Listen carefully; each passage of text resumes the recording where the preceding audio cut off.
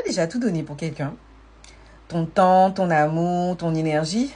Et au final, cette personne a fini par te blesser, te briser, t'ignorer, te faire du mal.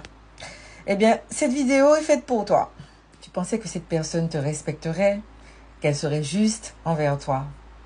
Mais elle a fait tout le contraire. Elle s'est comportée comme si tu n'avais jamais compté. Tu t'es donné un fond pour l'aider. Tu as donné ton temps, tu as donné ton argent. Tu étais là pour l'aider quand ça n'allait pas. Tu as fermé les yeux sur plein de choses pour que ça marche.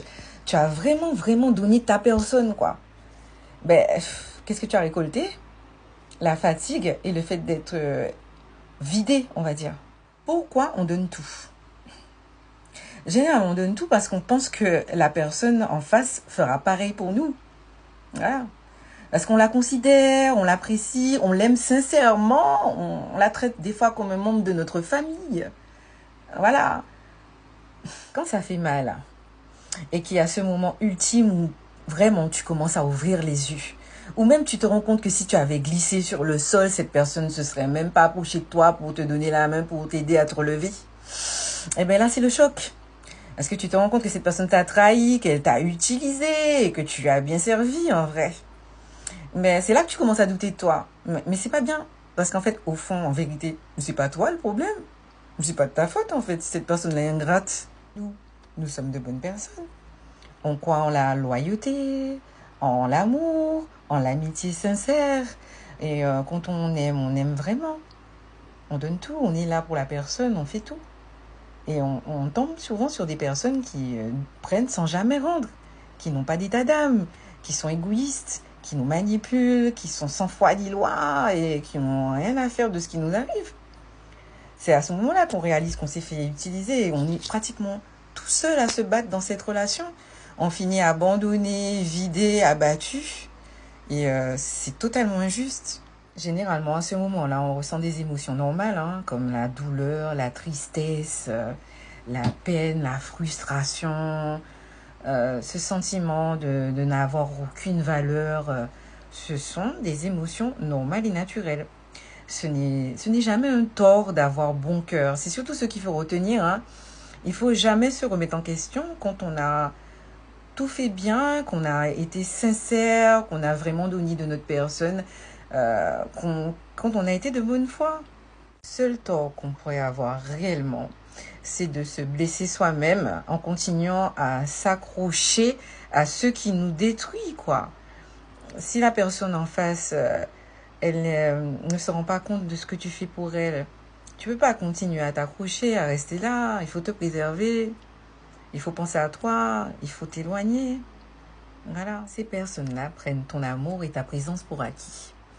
Voilà, tu ne peux pas continuer à courir derrière une personne qui n'a pas de considération pour toi ou continuer à t'humilier.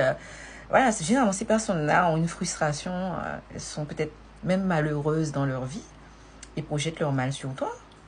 Voilà, tu auras beau les aider, tu auras beau tout faire pour être là. La personne ne verra jamais le bien que tu lui fais. Voilà. Donc clairement, en clair, cette personne-là ne te mérite pas. Et il faut que tu coupes. Il faut peut-être que tu lui donnes de ton absence pour qu'elle puisse voir réellement ta valeur, qu'elle se rende compte de tout ce que tu as fait pour elle. N'hésitez pas à me faire part en commentaire de votre propre expérience par rapport à ce type de situation. Comme je l'ai toujours dit, je suis là pour y répondre et vous conseiller et vous aider. Par rapport à cette situation, moi ce que je pourrais vous dire, c'est de faire le tri dans vos fréquentations, dans vos relations, et de privilégier et conserver les bonnes relations où il y a, on va dire, un échange réciproque, voilà, de présence, d'aide, voilà, et que au moins quand vous faites un effort pour quelqu'un, que la personne puisse au moins vous remercier, voilà, c'est la moindre des choses, et vous traitez bien en retour, quoi, que cette personne-là soit positive, qu'elle se rende compte de votre valeur, qu'elle vous considère, voilà, que vous n'ayez pas fait tous ces efforts-là pour rien, même si pour vous c'est naturel hein, d'aider cette personne parce que vous l'aimez réellement, eh ben, choisissez bien votre entourage. Voilà. Ne prenez pas les choses trop à cœur et détachez-vous des personnes qui ne le méritent pas. Voilà.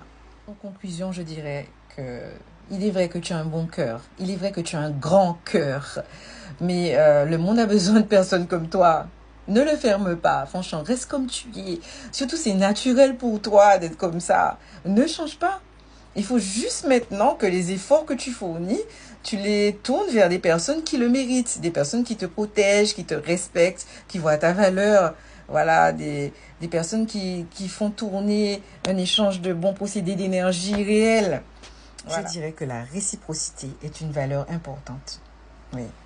Tu n'es pas tout obligé de faire des choses pour avoir quelque chose en retour, mais bon, au moins merci, tu vois, comme je l'ai dit. Et même au-delà du merci, il faut avoir un minimum de reconnaissance. Voilà, que tu le mérites. Tu le mérites. Et puis, ça ne peut pas toujours être que toi qui donne, qui se vide et tu n'as jamais rien en retour. C'est pas équilibré, c'est pas juste en fait. Donc voilà, fais attention à tout ça. Surveille bien dans tes relations. Voilà, est-ce que déjà cette personne mérite tous ces efforts, hein? Et qu'est-ce qu'elle te donne en retour, hein? Et si elle te donne rien et qu'elle ne montre jamais rien, ben, te fatigue plus, hein? Voilà. Souffert, et même peut-être même beaucoup pour des personnes qui n'en valaient pas la peine. Mais sache que quand on souffre, on se relève toujours. Et surtout si tu es innocent, t'inquiète pas. Comme je l'ai toujours dit, il y a la balance de l'équilibre et quand tu souffres après, il y a un moment où ça va mieux et ça ira mieux. Ne t'inquiète pas. Tiens bon, courage. C'est toujours un mauvais moment qui passe toujours. Prenez soin de vous.